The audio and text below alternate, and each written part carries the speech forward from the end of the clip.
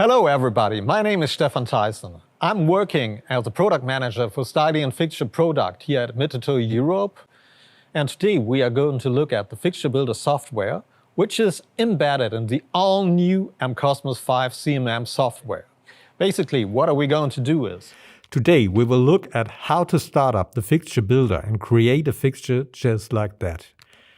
Then we are going to load it into the mCosmos 5 software. So you got all the details from the fixture building already in the CAD file, and you can go straight ahead to program your part for the measurement on the CMM. We are going to open a new project in our Fixture Builder software. First of all, we need to load the CMM model that we are going to work with. In this case, it is a MyStar, but you can create and modify any kind of CMM volume in the software. Then you have to load the part. You can source it from a folder on your computer. When clicking OK, it is already loaded in the Fixture Builder software. Then we have to choose the base plate to build the fixture upon.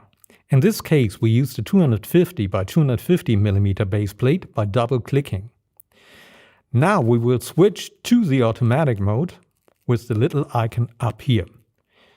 We will choose a back square element and position it here and accept the positioning. Then we choose the stopper element and place it right here. We move it over just a bit. Again, accept the position. At this point, there are no columns visible. That will come later. For the setup of the third element, we turn the part around so we can see the bottom side of it. Then we are placing a flat top and move it to the middle position. Don't forget to accept the positioning. Next action is to rotate the workpiece once again so we can look at the top. To fix the part, we have to choose a clamping element, in this case a spring clip. We accept the positioning and now we can already process the automatic fixture building. What we see is the complete fixture as made up by the software. We click OK and can see the complete setup of each column in our tree diagram. All part numbers are shown. Of course, we need to save our file and give it a name. Next step is to produce a report file. I choose a PDF, but there's option for CSV and HTML output too.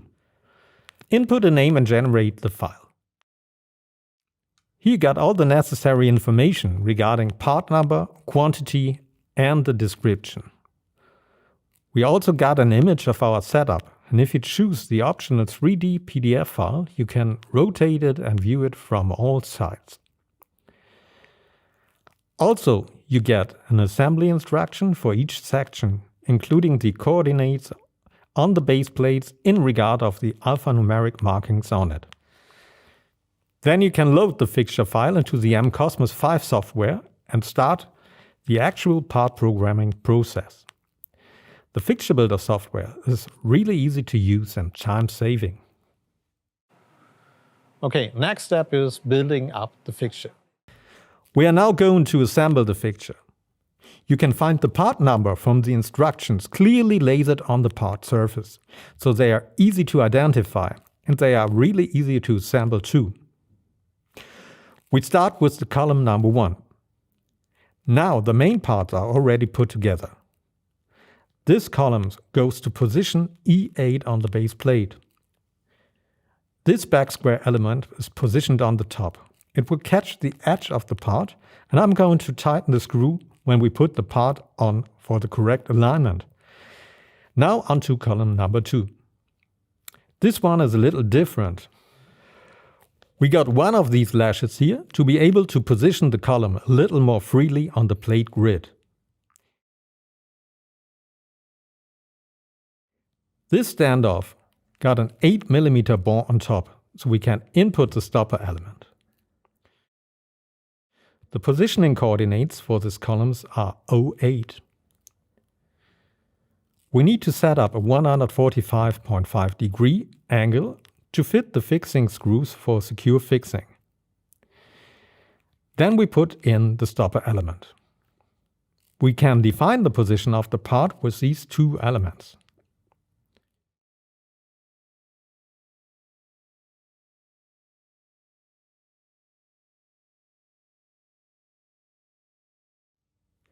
Now we are building the third column for the 3-point setup of the part. And this one goes to K14. We can already insert the flat top contact point and fix it.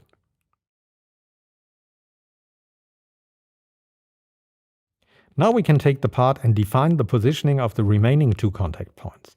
At this time the fixture is almost ready. We only need to mount the clamping column.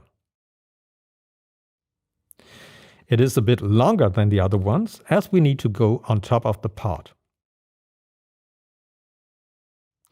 And this one goes to K18.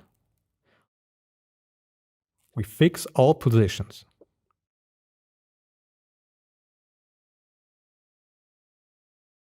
Now we put the part on top and we have a real nice 3-point setup.